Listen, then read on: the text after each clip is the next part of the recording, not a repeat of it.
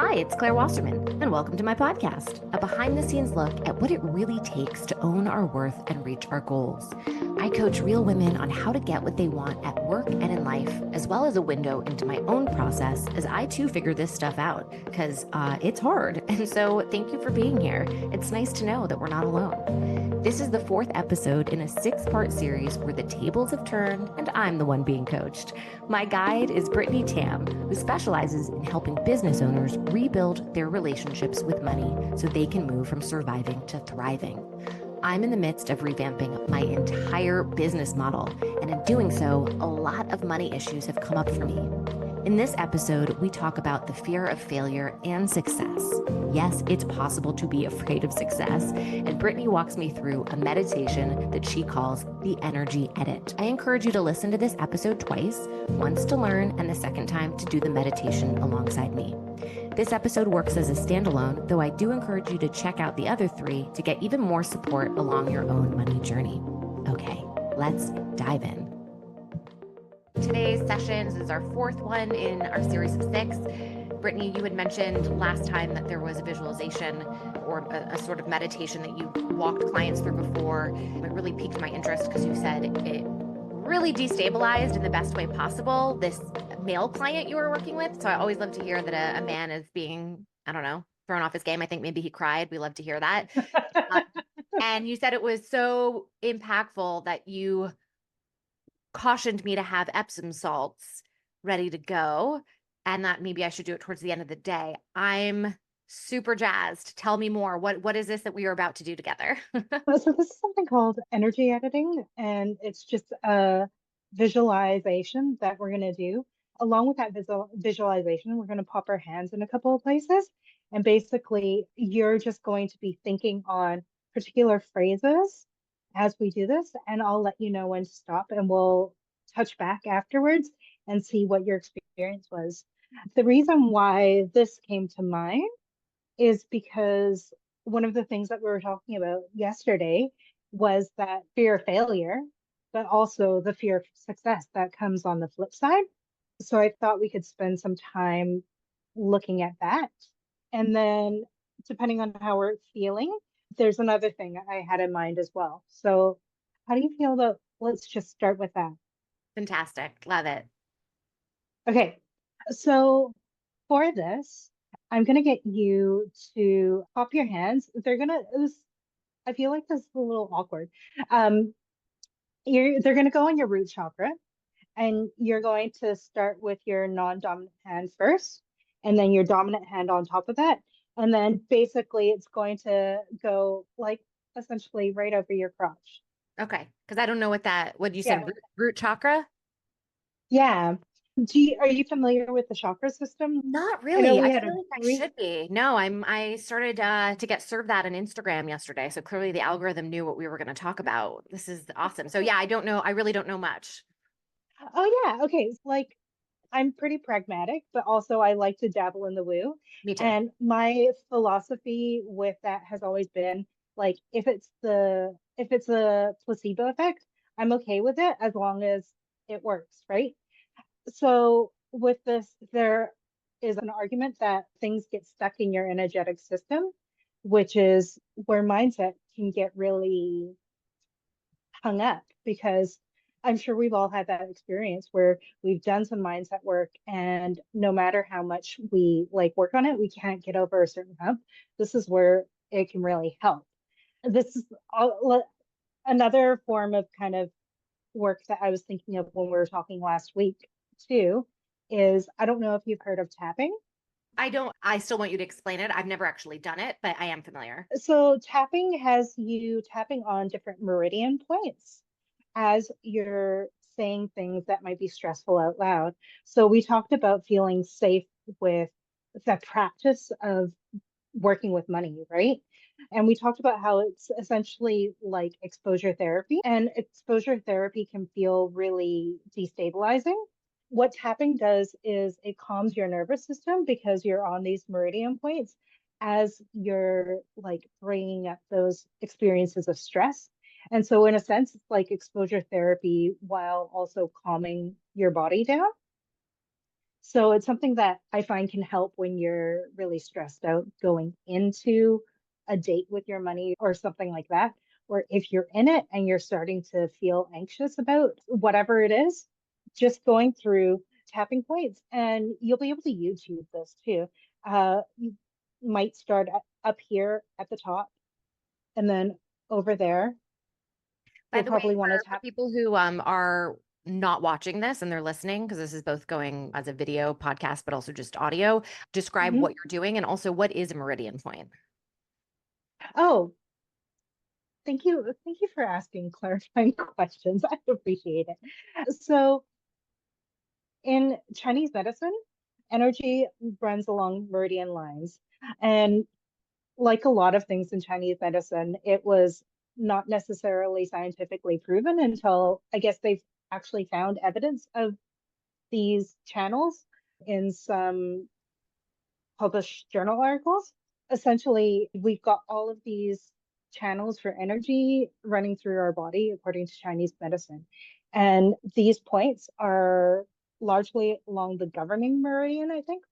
You'll start at the top of your head and you'll try tapping it eight times or however. If you're saying a phrase, you might say the phrase. This might be good if you visualize yourself looking at your bank statement. And if that starts to experience stress, this might be a good opportunity to practice that visualization and saying some of the phrases that you say as you that you might feel. So it might be like moving to your eyebrow points over here. I'm feeling very anxious looking at this bank account. Balance the corner of your eyes over here. You might say something like, there's not enough money. Ooh, so you're Uh, not saying positive words of affirmation. You're actually saying the thing that is scaring you. Yeah. So, like we were saying, it's like that exposure therapy, but we're doing these things to calm our nervous system as we're doing it. So, you might join me in the side of your eyes, and you might be like, what's a phrase that would come to mind when you're thinking about sitting in front of your bank balance that scares you? I should have more money. I should have more money. And then we'll go underneath on your cheekbones. I should have more money. And do I keep repeating the same phrase in all of the areas that I tap, or do I change the phrase as I change the physical tapping? You can do either. I would change your phrase as soon as you start to feel it loses its charge. So if I should have more money feels really resonant, then I would keep tapping. I should have more money. And eventually, like you might go up a little bit, but eventually you'll come down. And you might switch over to a phrase like, there's never enough money. Mhm.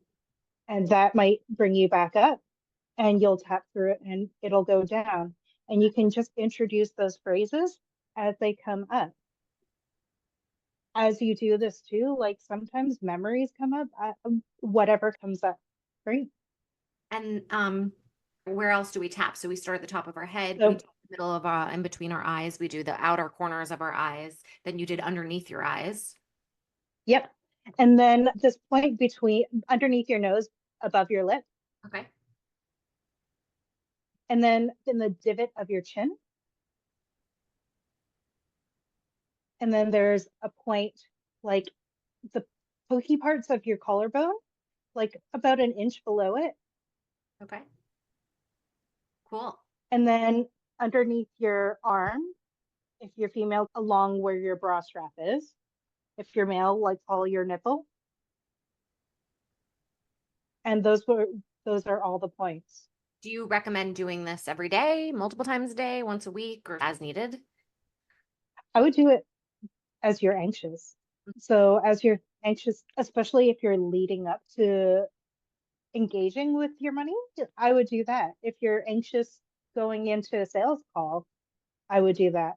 If you're anxious, yeah, whenever you've got, or if you've got other big feelings, if you're angry, this can be a really good one for figuring out what is beneath the anger. Huh. And how Yeah, many times do you tap? Can't remember if you said that. I would go for at least eight. And whatever, if you've got a phrase that you're working through, just say the whole phrase. The other thing is sometimes we can get really up in our emotions with it. And if that happens, then I would just keep tapping without having to say anything. If you Google it, like there are videos and there's like this idea of a setup statement. And a setup statement is good for when you're outside of that context and you're wanting to like get yourself into it. But I think when you're like in the middle of checking your bank account and your bank balance is starting to get you like very stressed out, you're already in it, right? So you can go straight into it. Yeah. Okay, cool. Yeah, for those listening Yeah, watching who are like, so do it as needed when I'm anxious. Uh-oh, I'm doing it all day. The good news is not what requires you to shut your eyes and get into a dark room. Like you can take this with you, right? It's pretty mobile wherever you are. So I love I've this. done it. I've done it in the car. I dropped off my dog at the vet, was very upset, didn't know why. So I've done it like I probably maybe could have pulled over, but I'm sitting at a red light and just tapping and like tapping on my fingers to figure out what is making me so upset, right? Okay. That's Yeah, my dog off at the vet. I'd be upset too. I don't need a reason other than that. So yeah. Okay. Well, yeah, that was awesome. yeah. And yeah, I feel like we really went on tangent there because No, no, this is great. This episode will be like money in the woo or something. People will okay, love awesome. totally what's needed because we all think, or not all of us, but many of us think that it's, quote, just math, just the numbers. It's all rational, all logical. And then we're like, why am I so up in arms or paralyzed or whatever? And it's hello, it's because it's actually all emotional and money is energy. Money is made up, Hmm. but it is something we have to deal with. And let's deal with it with grace. And this is a wonderful way to do that. Yeah. So the energy editing thing like works kind of, it doesn't work in the same way, but in the same sense of when stuff starts getting stuck, it's a really nice way to clear it out. This I find, like you said, a little bit more destabilizing than the EFT. The EFT feels like the tapping feels like you get wrapped up in a nice little blanket. So sometimes that's nice for after this. But for this today, I'm thinking, let's focus on the fear of failure and that fear of success. And so for that, I'm going to get you to put your hand in a couple of places. We started talking about this because all the chakras, there are different spaces in our body that correspond to different emotions, different like behaviors. So your root chakra tends to deal with your basic needs. Okay, cool. Yeah, yeah. What I'm going to do, get you Non-dominant to do. hand, just remind me. So non-dominant hand. Okay, so for me, that's the left hand that goes underneath. Mhm. And then your right hand on top of that. Okay.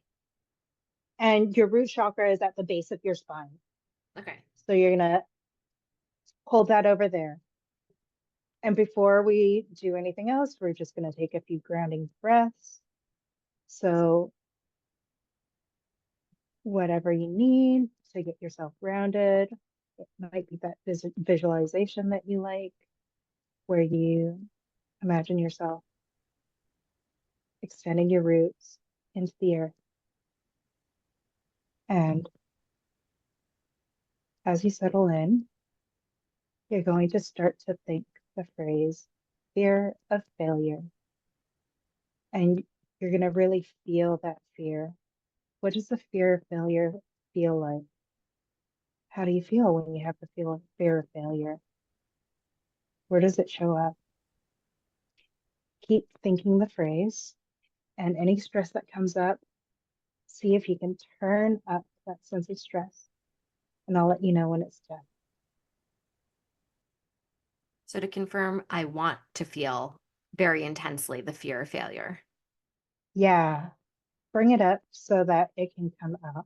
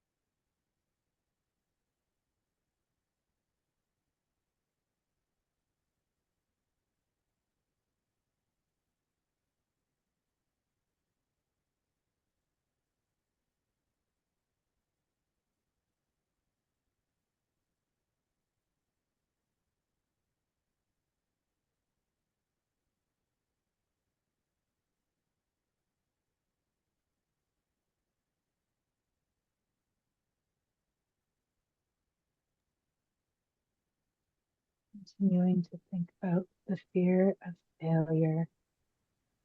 How does the fear of failure feel?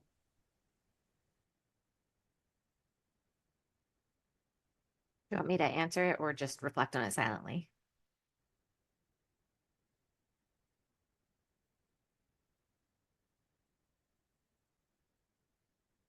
Do you have a preference? Should I answer you or should I just reflect on it private? Oh, keep on going and I'll let you know when to stop.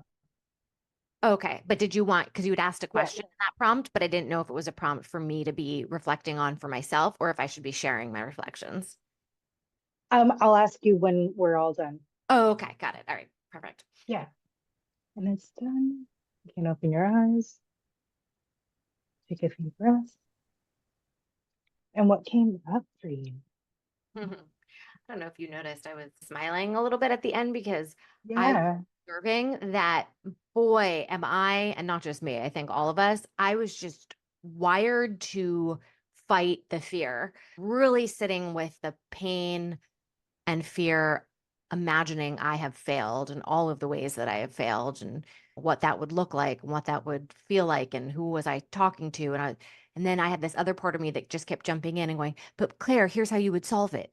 Or, yeah, you're afraid that people aren't going to buy this new product that you're putting out, but you're going to do a better job of marketing. It was like, I was like, okay, right. Point of the exercise is we want to stop fighting the fear because that's actually what we're doing all the time is fighting the fear. And that adds a level of exhaustion. The fear is still always there. And if unaddressed, it will continue to pop up. Right now in this moment, we are addressing it. So then I had that extra voice coming in trying to counsel me. It truly is a bunch of voices like herding cats in there. By the way, a fun little exercise for everybody else watching, and you too, you might enjoy this. When we have these different voices coming in, I actually am finding it amusing to imagine these voices like cats. So, like the inner critic, it's, I don't know, like a black cat or something. The lazy part of me, it's like the fat orange cat or something.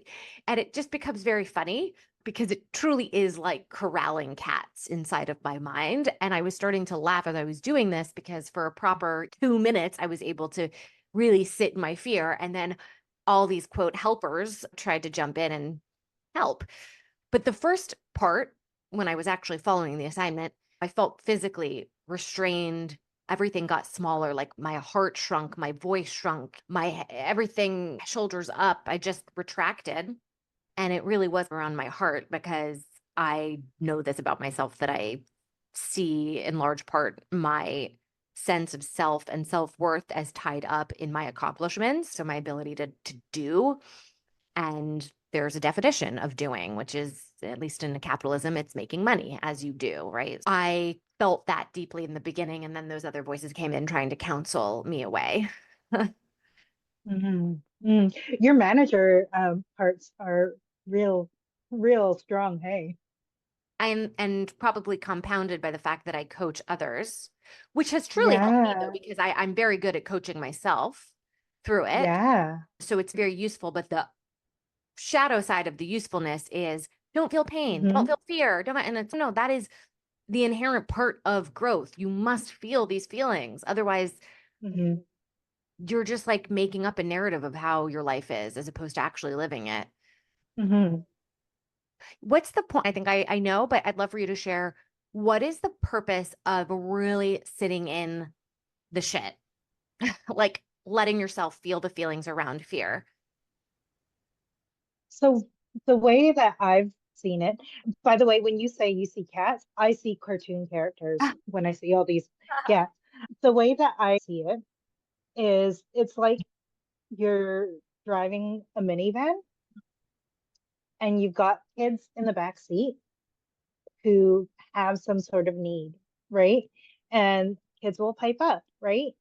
And we can tell them to stop. We can try to manage them. We can do whatever, but they'll either stop and just completely be repressed, or it comes out, right? It eventually comes out. If your kid needs to go to the bathroom in the back seat and you're not hearing them out, Yeah. then either they pee or they'll let you know louder. And it feels like that's what happens with some of those voices back for us, right? There is some sort of unexpressed need. And that's going to come out in our behavior, whether we want it to or not, eventually. So I feel like there's a power in recognizing, allowing that fear to come up, allowing it to tell us what we need. And then maybe it needs some reassurance that you today are far more capable than you were at the age of 5. And you're equipped to handle it, and that you've got her, the one that's the part of you that's scared. Now, when we're done with this exercise, because I was able to counsel myself, I feel a little better. But if I really just sit with the feelings of fear and pain associated with failure, now I'm activated. As I go on with the rest of my day, I'm Mhm. scared shitless. So, what do I do with these feelings now once the exercise is over? And that's part of like why your hands are there. Like theoretically, it's there so that you can release it out of your energetic system. But that's also where, if you're still feeling really rough, this is where too, it can be really great to do this with a practitioner, because your practitioner will be able to see what's going on with you, right?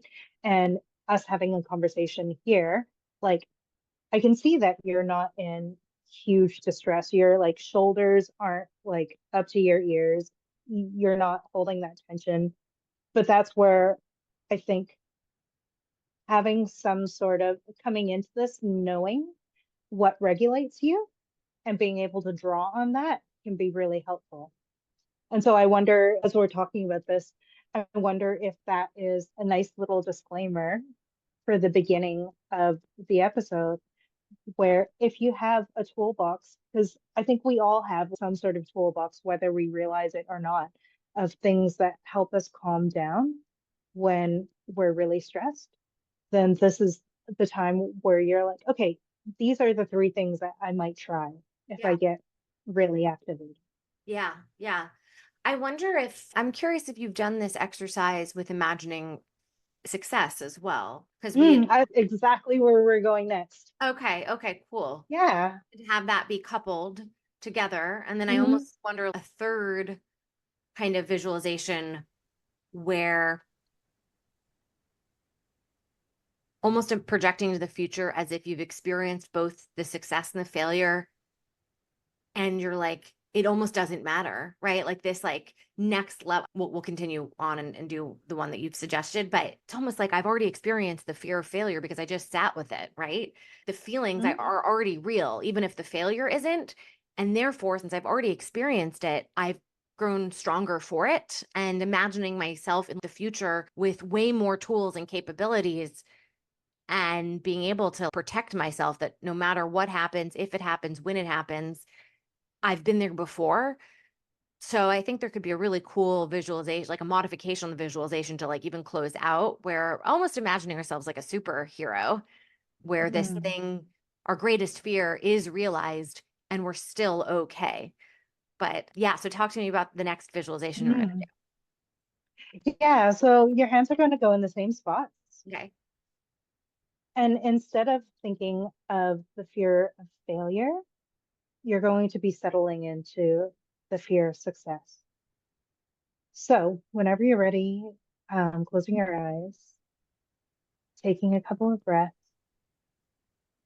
just like last time, I'll halfway through, I'll give you a heads up, remember or reminder that you're going to be thinking about that phrase, the fear of success, and really feeling the fear of success. How does it feel when you have the fear of success? And I'll let you know when to stop.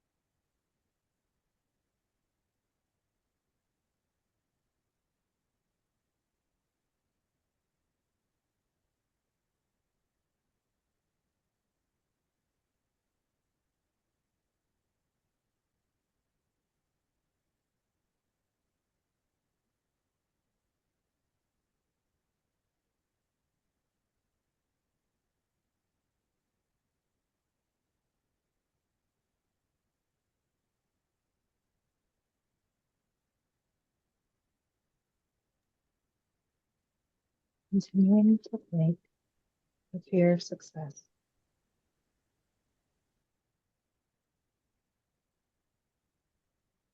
This was like more like a headache. The other one was more in my heart, and this was more in my head in terms of a physical sensation. I also didn't have the other parts of me jumping in to counsel myself. I think because I really am unfamiliar with exploring the idea of fear of success. I also want to be clear, it's not, I think you know this, but just to everybody listening or watching, it's not the fear of success per se, because I have been quite successful. It's the fear of financial success, massive financial success. I have made over $1 million before. So I've done it, but I haven't been able to sustain it because it was reliant on a specific my book deal and brand sponsorships, and then those were over. So it's not something I've gotten time and time again. And now I'm looking to do something that's my annual salary over and over again in this kind of sustainable way. I've never ever done that before. That's totally foreign to me. Whereas fear of failure, I have failed before, failure to launch as well as launches that failed. So I know how to work with that a little bit better. And in this case, I just had to sit there with this fear of financial success. What does that mean to me? And a couple of things came up that I think are relatively interesting enough to share with you. And then I'm sure people listening or watching this may resonate with them. The first thing that came to mind was, oh shit, I'm an adult. There was a growing up of sorts that felt like it was made official when imagining many zeros in my bank account, which I think is related to my aha moment last session of when we make change in our lives, it can trigger a transformation of identity. And therefore, there's a sort of a letting go of or a loss of who we were before in order to become who we are now. So I think that's a little associated. I also had feelings of tiredness that came up because instantly I thought, oh, more money equals more work. Because in the past, when I have made a lot more money, I was doing a lot more things. I got burnt out writing my book. I got burnt out doing these brand partnerships, right? So when you're under the radar, not making much and not doing much, there's a bit of a self-protection that's happening. So I know that more work, more money doesn't necessarily mean more work necessarily, but because in the past that's what it was, I think I might be a bit skittish about that. And also that there was a feeling of I'm out over my skis is what came to mind. So all of a sudden I make a lot more money.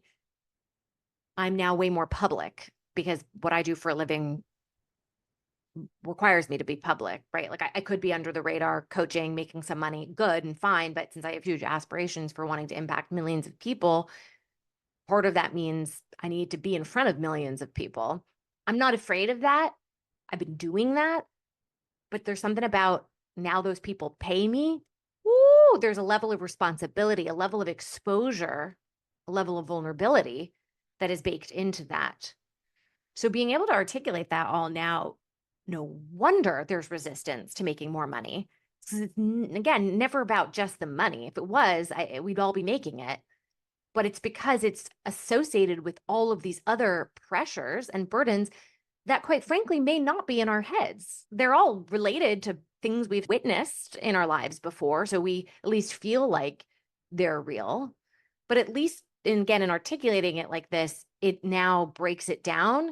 So I can go, all right, if I am really worried about overworking, let me examine this new product and new business model that I'm putting out. What are the work hours associated with it, right? That's as far as I got.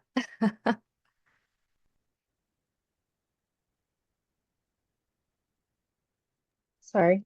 Yeah, no, I love that. And I think you're really not alone in that part of um, more money means more work. And like how, like, I've heard, who am I to? I've heard, will I be able to meet that level of work? Will I be able to sustain that level of work, right? But like you said, there are some things that are true because those are our experiences of them. Those have been our experiences of them in the past.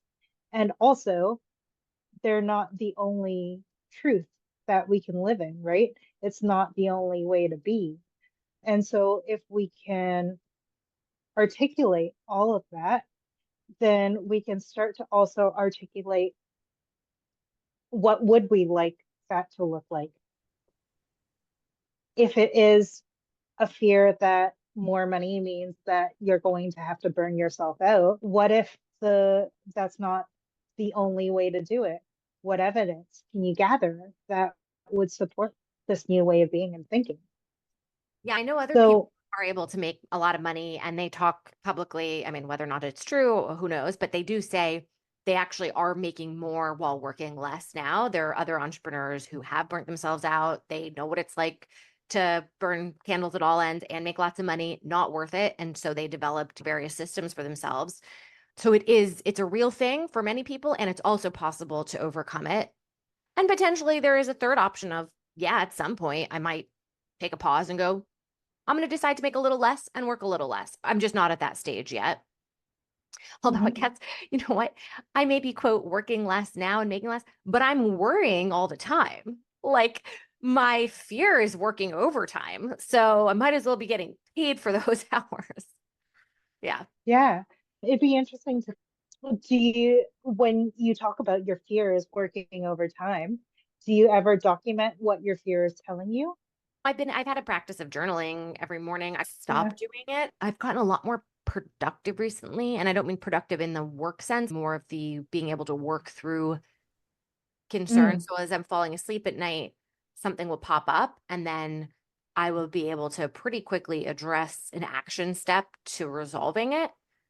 Like, hmm how am I going to get people to sign up for this course? And then I come up with a bunch of ideas and I write those ideas down. So I'm able to take that next hmm beyond just the fear. I actually can get to the solution pretty quickly now. Yeah. And instead of it being in the morning, I'm finding that nighttime is when this comes to mind. And that is why I've made a lot of progress recently in all of this. Yeah. Also, I really have to say thank you to my son, my poor son and his medical condition.